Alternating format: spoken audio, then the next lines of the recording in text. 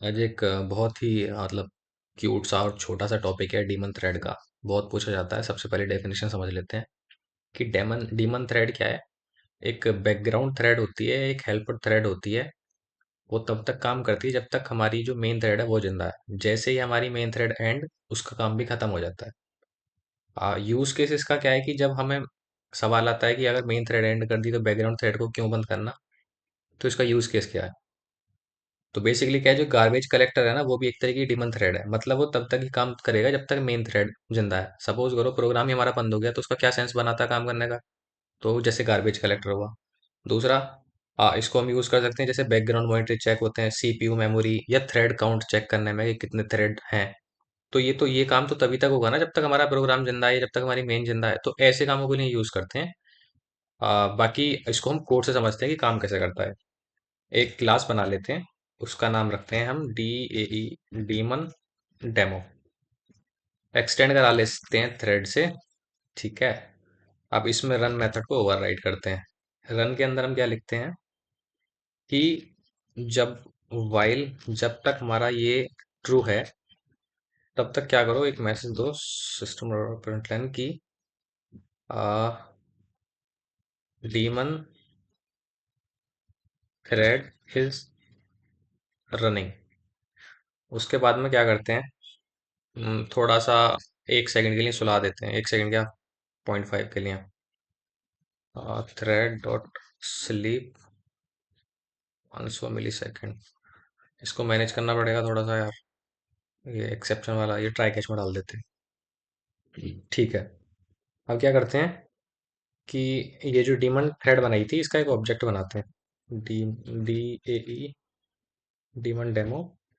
और डी नाम रख देते हैं इसका।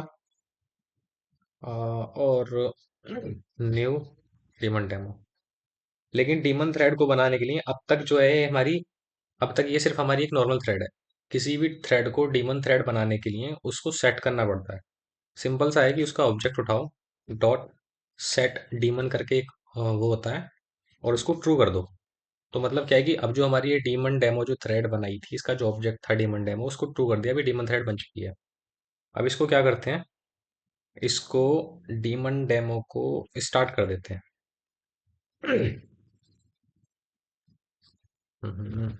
स्टार्ट।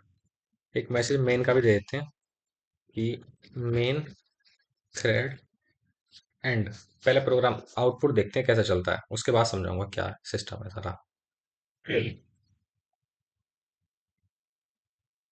देखो, मेन थ्रेड एंड और डीमन थ्रेड इज रनिंग एक बार प्रिंट हुआ।